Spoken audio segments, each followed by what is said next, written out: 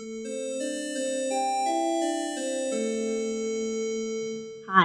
my name is Dr. Goodfriend. I'm a psychology professor at Buena Vista University in Storm Lake, Iowa, where I'm also the assistant dean of the graduate programs. In addition to my work at BVU, I volunteer as the principal investigator for a national organization called the Institute for the Prevention of Relationship Violence. And today I wanted to talk to you a little bit about the most recent research effort from the Institute. The Institute wanted to think about what are warning signs or red flags that a relationship could become violent in the future, because our goal is that if we prevent the violence from happening in the first place, that's really the best solution to relationship violence. So in order to do that, we started by looking through current literature that's been published on red flags or warning signs or risk factors that a relationship could become violent in the future.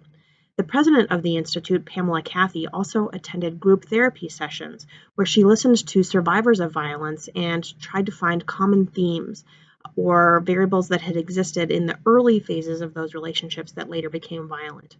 So through those two efforts, we identified what we are calling the 14 warning signs that a relationship could become violent in the future.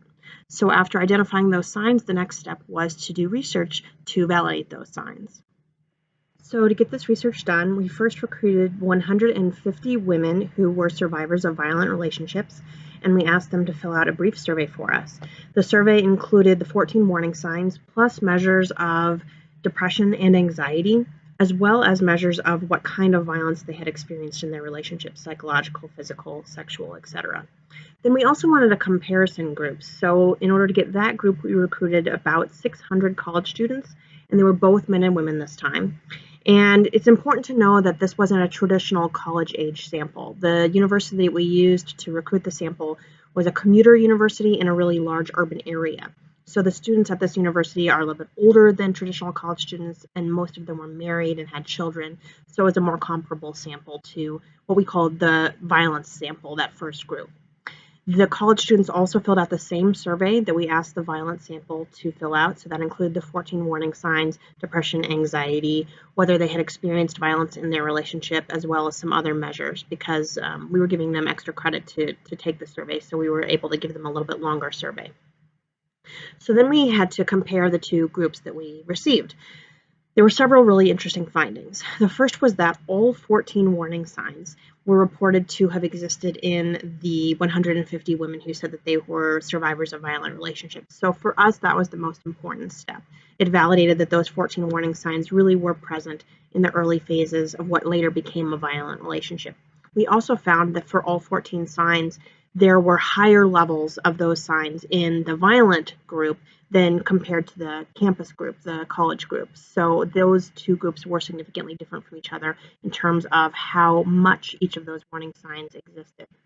But for either group, we found that higher levels of the 14 warning signs were also correlated with higher levels of depression and anxiety and violence in their relationship. So that was really important to us as well. We found basically validation that these 14 warning signs really were associated with violence, and that people who experienced these warning signs were more likely to experience depression and anxiety. So you're probably wondering, what are the 14 signs? There is a long list. There are 14 of them, but I'll highlight a few of them and you'll see if these are what you would have predicted. So the first is manipulative charm. Perpetrators of violence seem very charming, especially in public. They're sort of like con artists, but they really are always manipulating you. Another one is what we called undying grudginess. So people who hold grudges and bring them up over and over and kind of never forgive and move on. People who hold things against you and bring them up to punish you for a really long time. We saw volatile moods. We also saw simmering anger. So people who have a really low boiling point and they'll have sudden outbursts of anger at random times when it seems like an overreaction. We saw one that was called entitled to control. So people who feel like they have the right to tell everyone else what to do and tell you what to wear and where to be and when you need to be home. And we also saw addictive tendencies, so higher likelihood of using alcohol, drugs, but really any kind of addiction. We saw the tendency to have this kind of obsessive personality. The biggest one that we saw probably was that they had been violent in the past, either in past relationships or just violent in general. So that's not all 14 of them, but that's just a few examples. To wrap up, We have a couple of next steps we'd like to do in this research. The first is that we really need to do a new research study that's a longitudinal design where we measure the 14 warning signs early in the relationship, and then we follow those relationships over time and see if we can predict which relationships will become more or less violent because of those early detected warning signs.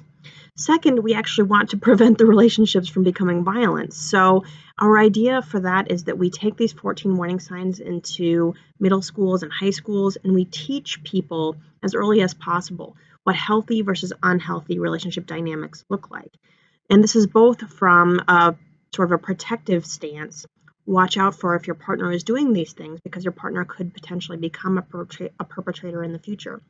But even better, we would like to teach people not to do these things themselves. Don't become a perpetrator of relationship violence. Put the responsibility on the person who could be doing these things and say, learn how to have healthy communication, learn how to treat your partner with respect so that the violence doesn't have to happen from the very beginning. Thank you.